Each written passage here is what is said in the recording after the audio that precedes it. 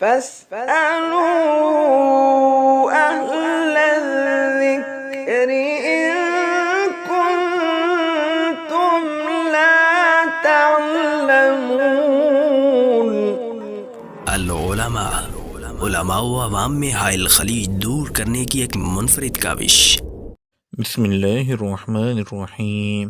لجنۃ العلماء للافتاء فتویٰ نمبر 875 6 اگست 2022۔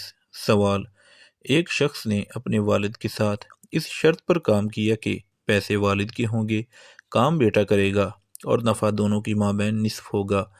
ایک عرصہ تک یہ معاملہ یوں چلتا رہا کہ کاروبار کا مکمل نفع بیٹے کے پاس جاتا تھا، وہی اسے اپنی مرضی کے مطابق خرچ کرتا تھا۔ اب دیگر بھائی اس بڑے بھائی سے صاحب کا حساب و کتاب کریں گے تو ممکن ہے کہ کچھ رقم اس بیٹے کو دینی پڑے گی جو والد کے نفع کی صورت میں اس کے پاس ثابت ہو جائے گی۔ سوال یہ ہے کہ یہ رقم جو اس نے واپس کرنی ہے اس میں اعتبار کس چیز کا ہوگا؟ مثلا یہ سارا معاملہ 1999 کا ہے۔ اس وقت کرنسی کی ویلیو اور تھی، اب کرنسی کی ویلیو اور ہے۔ اگر وہ 1999 کا اعتبار کر کے ہی واپس کرتا ہے تو وہ اس دور میں ایک معمولی رقم بنتی ہے، لیکن یہی رقم 1999 میں ایک بڑی رقم تھی۔ براہ کرم اس متعلق تفصیلی رہنمائی فرما دیں۔ جواب: الحمدللہ وحدہ والصلاة والسلام علی من لا نبی بعدہ۔ اس سوال میں اس بات کا تذکرہ نہیں ہے کہ اب ان کا والد زندہ ہے یا فوت ہو چکا ہے۔ قرائن سے معلوم ہوتا ہے کہ ان کا والد فوت ہو چکا ہے اور اس کی جائیداد کو تقسیم کرنا ہے۔ کیونکہ باپ کے کاروبار کا حساب و کتاب بڑے بیٹے کے پاس تھا، وہی پرافٹ رکھتا تھا اور وہی خرچہ کرتا تھا، اس لیے 1999 تک یہ کام چلتا رہا۔ اب ہم ایک مثال لیتے ہیں۔ 1999 تک 1,00,000 روپے باپ کے پرافٹ سے اس کے پاس تھا، جس کا اس نے سونا لے کر رکھ لیا۔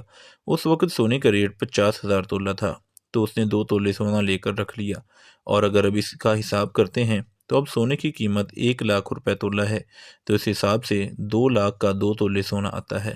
تو یہ قرضہ تو نہیں ہے کہ گنتی کے اعتبار سے اتنا ہی اس سے لیا جائے، یہ پرافٹ ہے۔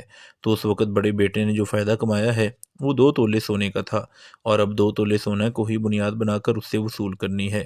اس لحاظ سے ہمارے فہم کے مطابق تو یہی ہے کہ اس سے موجودہ ویلیو کے مطابق پیسہ وصول کیا جائے گا۔ قرضے میں گنتی کا اعتبار کیا جاتا ہے اور پرافٹ میں ویلیو کا اعتبار کیا جاتا ہے۔ واللہ اعلم وآخر دعوانا ان الحمدللہ رب العالمین۔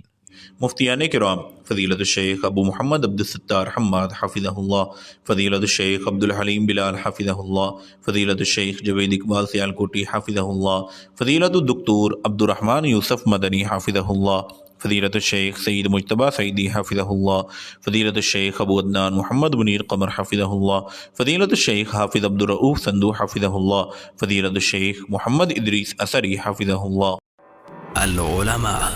علماء و عوام میں حائل خلیج دور کرنے کی ایک منفرد کاوش۔